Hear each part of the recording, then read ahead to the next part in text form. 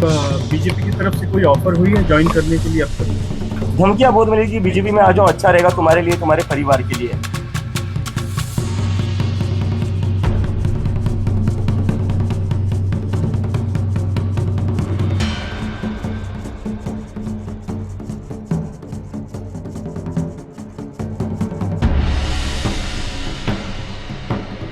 ऐसे कई सारे उदाहरण आपको मिल जाएंगे कि मुसलमानों को निशाना बनाया गया, उनको जेल में ठूसा गया। 20 साल बाद, 12 साल बाद, 16 साल बाद उनकी रिहाई हुई। उनको बता दिया गया कोई सबूत नहीं पेश कर पाए, लेकिन उस दरमियान जो उनकी जिंदगी बर्बाद हुई उसका हिसाब कौन देगा? अब हाल फिलहाल में मध्य प्रदेश के खरगोन में 2022 में आपने देखा था किस तरीके से वहां रामनवमी के दरमियान हिंसा हुई। 867 दिन तक जेल में रखा गया। अब उसके बाद उन सबको बाइज्जत बरी कर दिया गया। कई घरों पर बुलडोजर भी चलाए गए। मुसलमान होने की सजा उन सबको दी गई।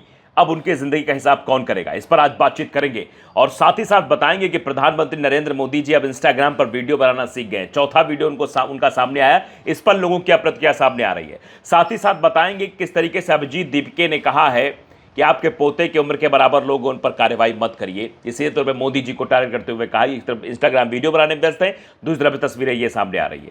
साथ ही साथ बताएंगे कि कैसे नेपाल में मुस्लिम विरोधी गतिविधियां लगातार बढ़ती चली जा रही हैं। वहां आगजनी की जा रही है, वहां लोगों को पीटा जा रहा है, दुकानों में घुसकर तोड़फोड़ की जा रही है। तमाम उसके फुटेज भी सामने आ रहे हैं। वो फुटेज भी आपको हम दिखाएंगे और बताएंगे कि स्थितियां कितनी तनावपूर्ण हो रही हैं।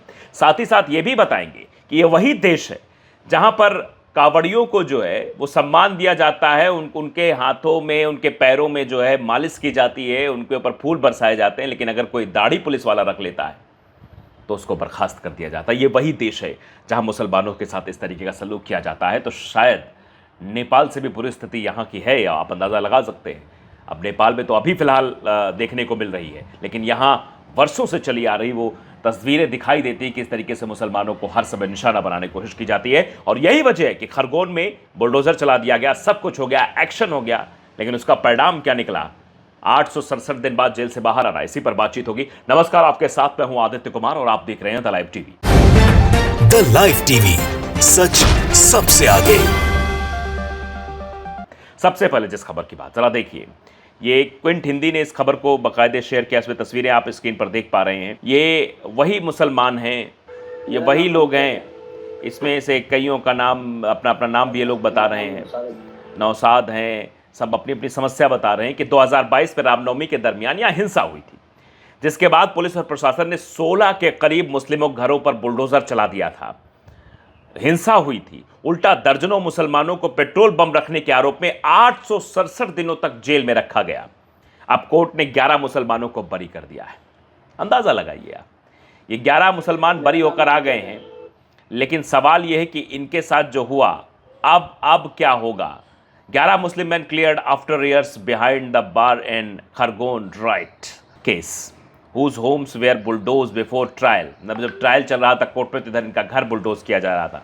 Court says police could not prove a single charge, यानी पुलिस एक सिंगल चार्ज इन पर नहीं प्रस्तुत कर पाई कि इन पर सिंगल कोई चार्ज रहा हो। आप समझिए, इस तरीके से इनको टारगेट किया गया। आगे भी देखिए कि ये जो 11 लोग यहाँ अरेस्ट हुए हैं खरगोन में, इनके ऊपर एक भी केस नहीं है, एक भी फर्स्ट केस नहीं है इनके ऊपर। 4 साल पहले आप समझिए कि 22/4/2026 चल रहा है, 4 साल तक इन लोगों के ऊपर क्या बीती होगी, आप समझिए। पुलिस क्या क्लेम कर रही थी, ज़रा ये भी आप समझ लीजिए। पुलिस का जो क्लेम करने का तरीका था वो क्या था?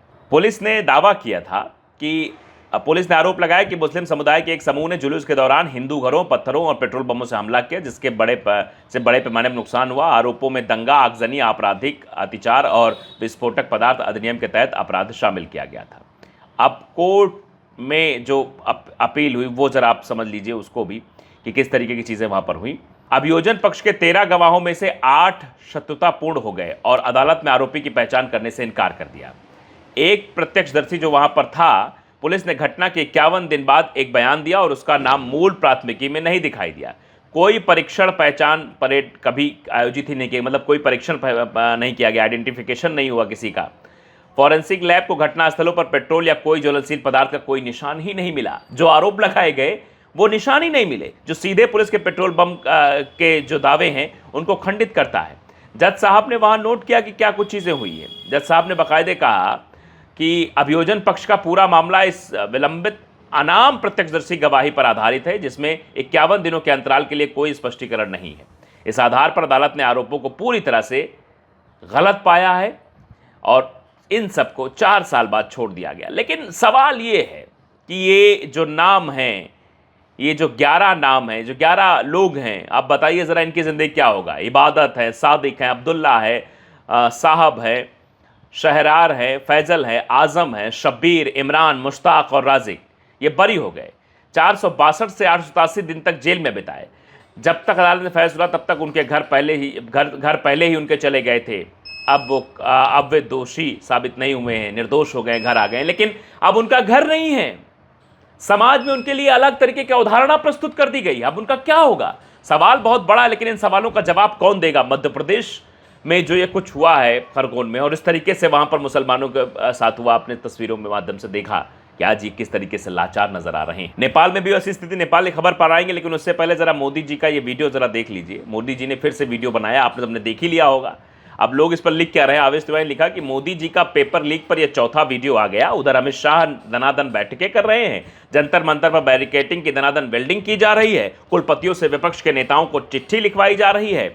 निशिकांत के भवनापन को छोड़ दिया जाए तो किसी बीजेपी के नेता ने पेपर लीक पर कोई गंभीर टिप्पणी नहीं मिली। उल्टे धर्मेंद्र प्रधान का स्वागत कर ये लोग अपनी मुसीबत बढ़ा रहे हैं। तो इन लोगों की हालत ख़राब है। और कह ही दिया है, अभी देखना कि ये अभिजीत दीपके ने कही दिया है। जरा अभिजीत दीपके को सुन लीजिए। सर, आज आपको बीजेपी की तरफ से कोई ऑफर हुई है ज्वाइन करने के लिए? अब तक धमकियां बहुत मिली कि बीजेपी में आ जाओ, अच्छा रहेगा तुम्हारे लिए, तुम्हारे परिवार के लिए।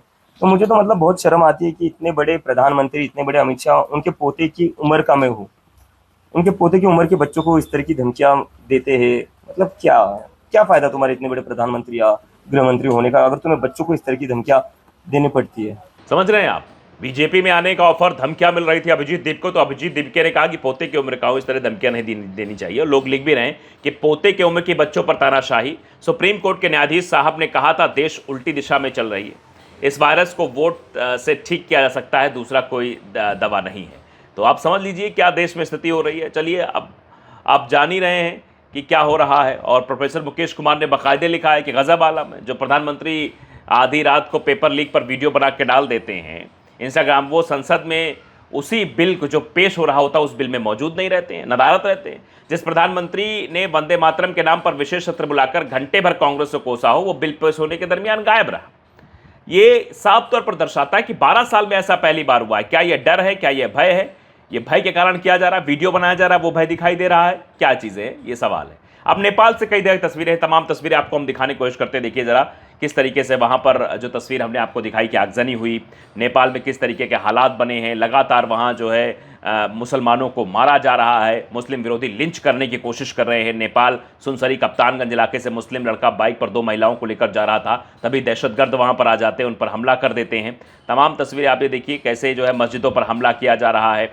नेपाल से जो तस्वीरें निकलकर सामने आ रही मुस्लिम विरोधी तस्वीरें, वो बताने की कोशिश करती हैं कि इस तरीके के हालात वहाँ पर बने हैं। गोल बाज़ार की तस्वीर देखिए कैसे मस्जिद में आग लगा दी गई थी। तमाम ऐसी तस्वीरें जो ये बताने के लिए काफ़ी। कप्तानगंज की देखिए तस्वीरें कि वहाँ कैसे नेपाल में जो मुसलमानों के घरों में आग लगा दी गई है। तस्वीर देखिए ज़रा आप, कैसे धू धू कर उनका घर जल रहा है।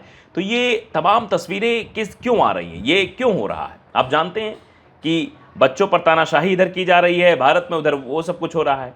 इस बीच आप समझिए कि एक लड़की है जिसने अपशब्द बोले थे, उसके बारे में उज़मा परवीन ने लिखा है कि आप नेहरू जी के बारे में गलत बोल सकते हो, आप गांधी जी के बारे में गलत बोल सकते हो, आप इंदिरा जी के बारे में गलत बोल सकते हो, किसी पर कोई कार्रवाई नहीं, लेकिन तानाशाह के खिलाफ गलत बोल दोगे तो आप पर कार्रवाई हो जाएगी। लड़की है जिस पर रुचिका सिंह है, जिस पर FIR दर्ज की गई है, 0 FIR दर्ज हुई है नोएडा के एक्सप्रेसवे थाने में। आप अंदाज़ा लगाइए कि किस तरीके से आवाज़ को दबाने की भी कोशिश हो रही है।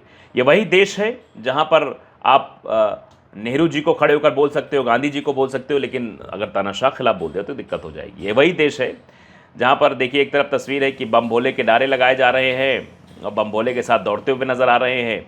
दूसरी तस्वीर है कि मुस्लिम शख्स जो है वो वर्दी पहन ले रहा, दाढ़ी रख ले रहा, तो उस पर कार्रवाई हो जा रही है। मुस्लिम वॉइस सेल ने बाकायदे लिखा भी है कि एक भारत वो है जहाँ पुलिस वर्दी में कांवड़ उठाकर गंगा जल भरने जाना आस्था की अभिव्यक्ति माना जाता है, और आप जानते हैं कई बार जो है मंदिरों में पूजा पाठ करने भी चले जाते हैं वर्दी पहनकर। और दूसरा भारत वो है जहां बागपत के एसआई इंतजार अली को दाढ़ी रखने पर निलंबित कर दिया जाता है। एसआई अशफाक खान पर धार्मिक संदर्भ देने पर विभागीय कार्रवाई होती है और जी अब्दुल खादर इब्राहिम को भी अपनी दाढ़ी कारण सजा झेलनी पड़ती है। जब आस्था की इज्जत और नियमों का पैमाना पहचान देखकर बदलने लगे तो समझ लीजिए सवाल सिर्फ वर्दी का नहीं बल्कि बराबरी के सिद्धांत का भी है। और ये वाकई में बराबरी के सिद्धांत का है। अगर बराबरी देखनी तो दोनों तरफ से देखनी चाहिए ना। आप वर्दी पहनकर पूजा करते हुए लोग दिख जाते हैं, वर्दी पहनकर मंदिरों में जाते हुए लोग दिख जाते हैं, वर्दी पहनकर कुछ गंगा जल लेकर कांवड़ उठाने वाले लोग दिख जाते हैं, लेकिन अगर कोई मुसलमान दाढ़ी रख लेता है तो उस पर कार्रवाई हो जाती है। ऐसा दोहरा चरित्र क्यों है? सवाल तो बनता है, इसीलिए हम पूछ भी रहे हैं। नमस्कार।